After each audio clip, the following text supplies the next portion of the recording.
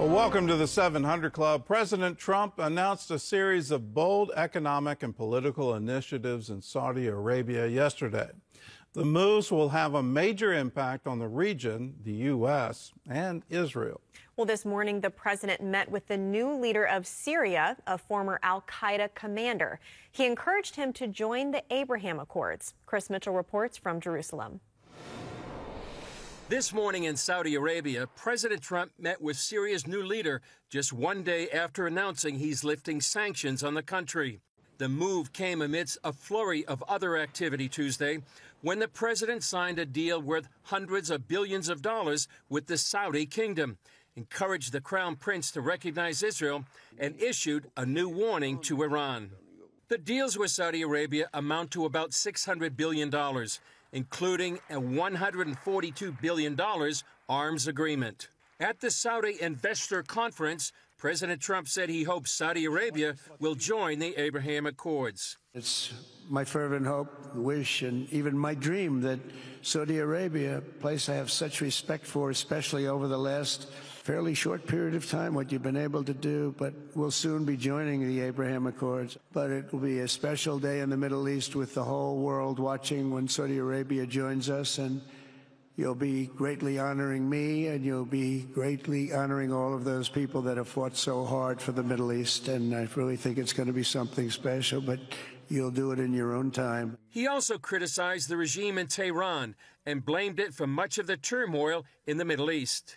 The biggest and most destructive of these forces is the regime in Iran, which has caused unthinkable suffering in Syria, Lebanon, Gaza, Iraq, Yemen, and beyond.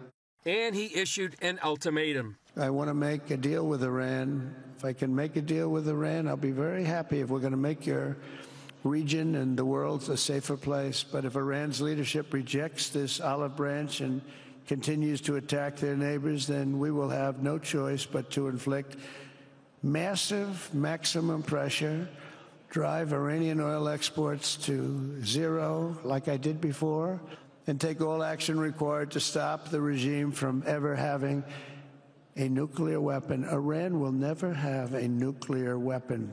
Trump also announced the U.S. has taken steps to normalize relations with Syria and will lift sanctions at the urging of Saudi Crown Prince bin Salman and Turkish President Erdogan. In his meeting with Syrian President al-Shara today, Trump encouraged him to join the Abraham Accords and to tell all foreign terrorists to leave Syria. However, some question if al-Shara, a former al-Qaeda commander, can be trusted. He don't change.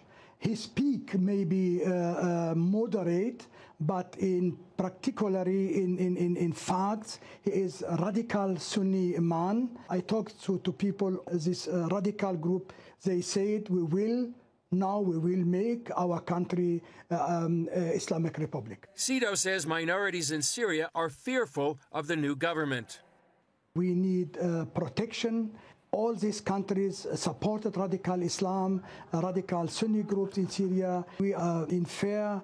They have to help us, to protect us for radical Islam. Chris Mitchell, CBN News, Jerusalem. Well, I hope in our foreign policy we recognize the ideology that we're dealing with. That's both a political expression of religion, Hamas and Hezbollah. We have to look at them not as terror groups, they are political parties. They aim for governmental control. And you look at that ideology and you go, if that's the ideology of the new leadership of Syria, well, that's really bad news for the region. That's not something that is going to be in our interest. It certainly isn't going to be in Israel's interest. And it certainly isn't in the interest of peace in the Middle East. The roots of the new government of Syria go all the way back to ISIS. And if you recall what ISIS did in northern Iraq when they had control, political control of that entire region, well, they crucified Christians in the public square.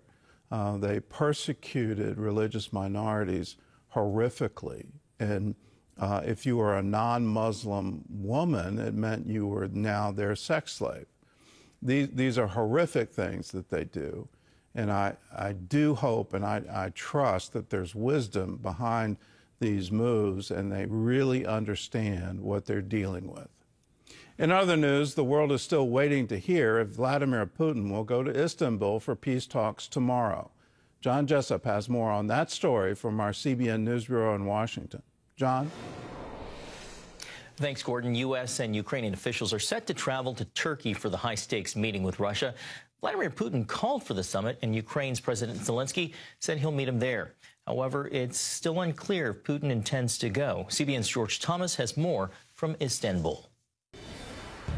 Security is heightened across Istanbul and along the Bosphorus Strait as the city prepares for a potential high-stakes meeting between Putin and Zelensky.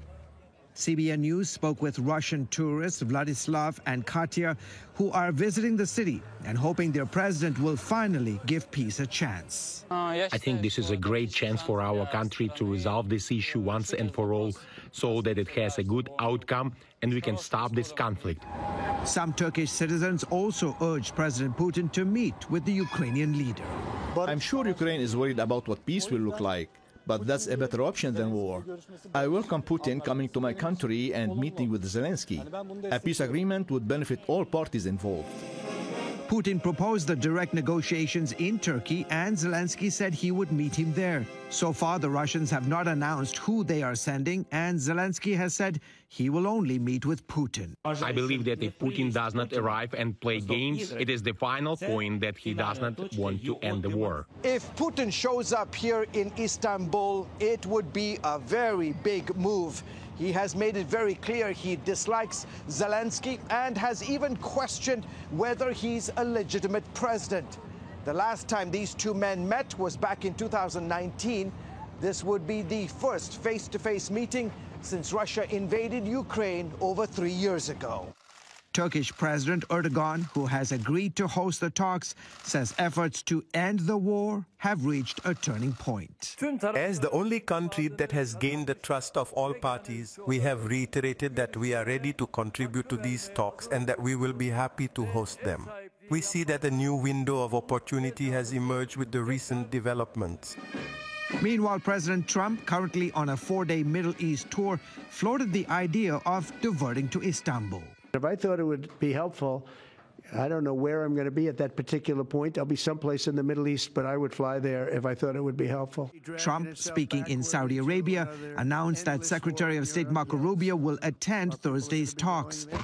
The U.S. and European allies have ramped up efforts to end the war, which has already claimed tens of thousands of lives.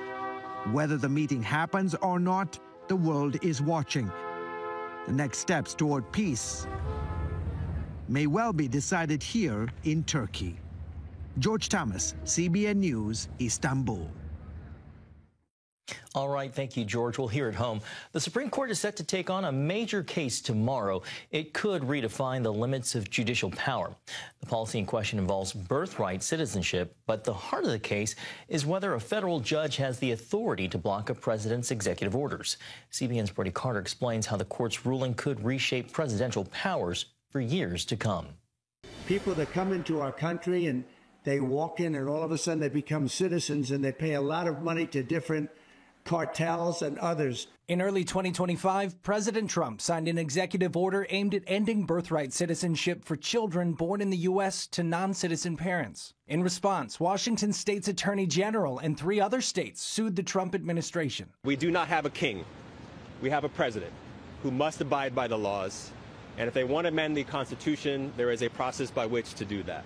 And at least 4 federal judges blocked the president's order, issuing preliminary injunctions that put the move on hold while legal challenges played out. But the Supreme Court isn't weighing in on the policy of birthright citizenship itself, at least not yet. Instead, the president's lawyers have asked the justices to decide whether an individual federal judge should have the power to freeze a federal policy nationwide. A decision that could redefine the balance between the executive branch and the judiciary. Sometimes you do want nationwide injunctions. For example, if there's an immigration policy, you can't have different standards being applied depending on whether someone flies into JFK Airport in New York versus LAX in California.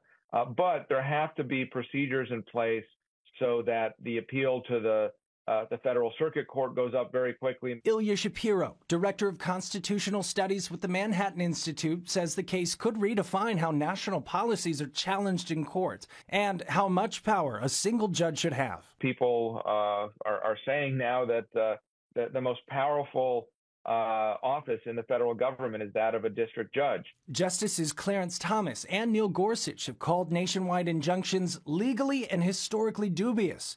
And while critics call it judicial overreach, Mike Fox with the Cato Institute says this is exactly what the courts are supposed to do. But, you know, the idea that courts can't issue nationwide injunctions is just ridiculous. And if you're going to say that the rulings can only be confined to the parties or confined to a specific jurisdiction, you're dramatically increasing the amount of litigation. You're also, you know, making inconsistencies across the board. I don't really see how that benefits anyone. At the end of the day, the law is the law. Paul Larkin with the Heritage Foundation disagrees, saying federal judges exceed their constitutional authority when one district court can halt national policy. He questions whether a single judge should hold that much power and says this case could mark a turning point in rebalancing the branches of government. Yes, a nationwide injunction issued by one judge has the benefit of trying to resolve an issue quickly. But that short-run benefit is greatly outweighed by the long-run benefit of making sure we get it done not quickly, but correctly, or to the best of our ability.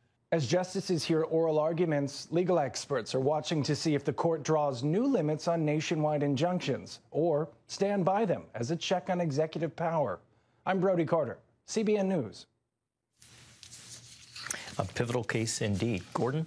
It is an important case, and I side on limiting the power of one district federal judge. We've already seen it. We saw it in the first Trump administration where there was forum shopping. And so let's go to a district court where we know we can get a favorable ruling based on the ideology of the judge.